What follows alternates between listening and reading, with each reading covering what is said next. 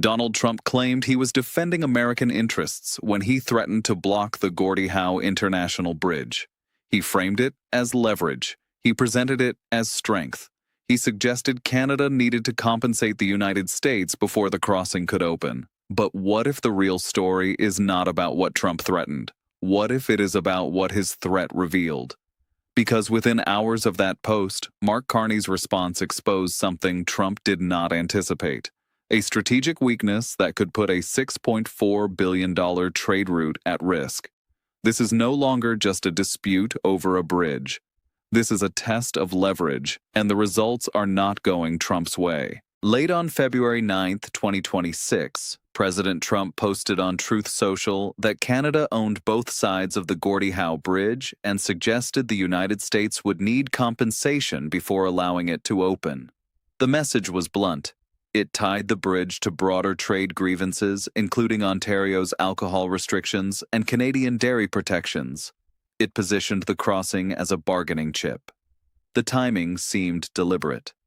Just days earlier, Carney had finalized a trade agreement with China that reduced tariffs on Canadian canola from 85% to 15%, opening approximately $7 billion in new export opportunities. That deal represented diversification, it represented reduced dependence on Washington, and it represented strategic maneuvering that Trump had not anticipated. Mark Carney's response came the following morning. He spoke directly with Trump by phone and laid out 4 points. Canada financed the bridge entirely. Ownership is shared under a 2012 agreement negotiated with Michigan. American and Canadian steel were used in construction. Workers from both nations built it. Then, speaking to reporters on Parliament Hill, Carney described the bridge as an example of cooperation and emphasized its importance for commerce, tourism, and jobs. But he did not stop there. He publicly referenced the China trade agreement as proof that Canada had options beyond the U.S. market. He framed the bridge not as a concession point, but as infrastructure that benefits Michigan as much as Ontario. He reminded everyone that Michigan holds 50% ownership of a multi-billion-dollar asset without having funded construction. That was not defensiveness. That was reframing. The facts were already documented. Under the 2012 agreement signed by Michigan's Republican Governor Rick Snyder, Canada agreed to front all construction costs totaling $6.4 billion. In return, Michigan received joint ownership with the right to collect 50% of net toll revenues once Canada recovers its investment. The United States Department of State issued the required presidential permit in 2013. In 2017, during Trump's first term, he and then Prime Minister Justin Trudeau released a joint statement calling the bridge a vital economic link. In December 2019, Trump signed legislation that included $15 million in U.S. customs funding for the American side. The record shows federal review, endorsement, and participation across multiple administrations, including Trump's own. That history makes the February 2026 threat harder to justify. Carney's public reminder of those terms did something specific. It forced Michigan leaders to respond not to Canada, but to Trump. Former Governor Rick Snyder published an opinion piece in the Detroit News correcting the claim that Canada owned both sides. He reminded readers that Michigan secured half ownership of an international crossing without taxpayer funding, a deal designed to protect the state while strengthening its economic position. Governor Gretchen Whitmer emphasized that the bridge supports jobs and represents bipartisan cooperation. Senator Alyssa Slotkin warned that blocking the project would disrupt Michigan's supply chains and drive up costs. Even Michigan House Speaker Matt Hall, a Republican, acknowledged risks tied to interfering with the crossing. This was not a Canada versus America fight.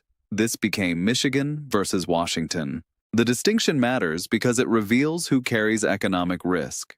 The Detroit-Windsor corridor handles roughly 25% of all merchandise trade between Canada and the United States. The North American auto industry depends on parts crossing the border multiple times before final assembly. Delays at a single crossing ripple through plants in Michigan and Ontario, increasing costs and reducing productivity. The Gordy Howe Bridge was designed to address that vulnerability. Unlike the privately owned Ambassador Bridge, whose Canadian approach funnels trucks through Windsor city streets, the new crossing links directly to Highway 401 and Interstate 75, creating a freeway-to-freeway connection. A University of Windsor study estimated the bridge could reduce commercial transit times by up to 20 minutes per trip, saving approximately $2.3 billion over 30 years for trucking companies and the industries they serve. Those savings benefit American manufacturers and agricultural exporters as much as Canadian firms. By threatening to block the opening, Trump created a problem for his own political base. Michigan depends on efficient cross-border trade. Thousands of jobs in auto manufacturing, agriculture, and logistics rely on that corridor. Blocking the bridge does not generate compensation for the United States. It does not transfer ownership. It delays economic benefits to Michigan and preserves the existing private monopoly held by the Moran family, whose Ambassador Bridge generates over $60 million annually in toll revenue.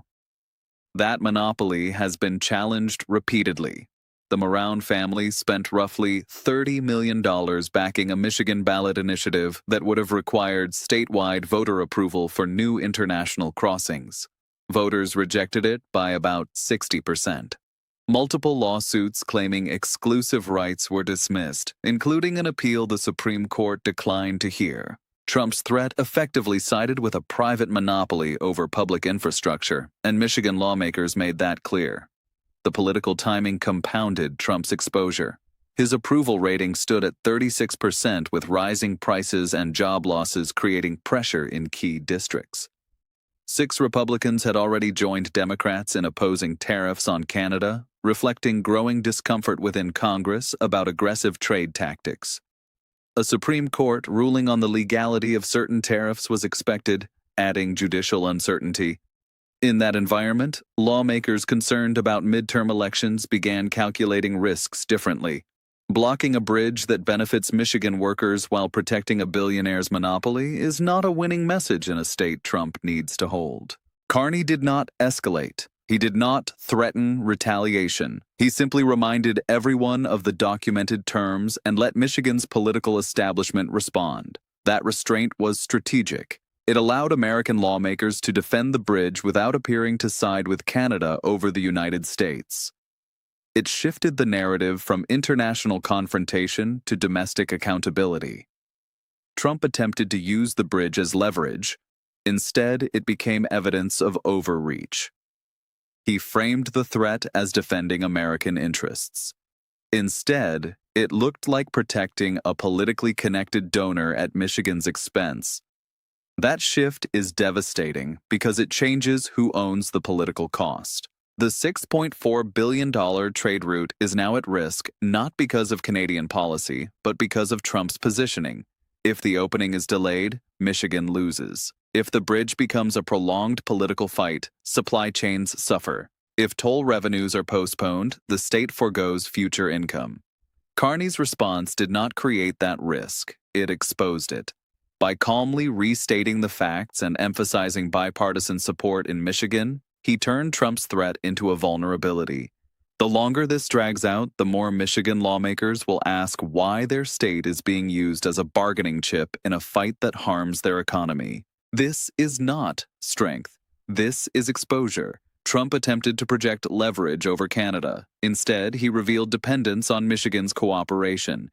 He attempted to pressure Carney. Instead, he gave Carney an opportunity to demonstrate discipline while Trump appeared reactive. He attempted to frame the bridge as a concession Canada owes. Instead, the documented record shows a deal negotiated transparently, approved federally, and supported across party lines in the state that benefits most. What began as a late-night post threatening to block a bridge has become a case study in strategic miscalculation. Trump assumed leverage. Carney demonstrated patience. Trump assumed Canada would bend. Michigan's political establishment pushed back instead. Trump assumed threats would force concessions. The response forced him to defend a position that harms American workers while protecting private monopoly. That is not leverage. That is weakness. And Carney's response made sure everyone could see it.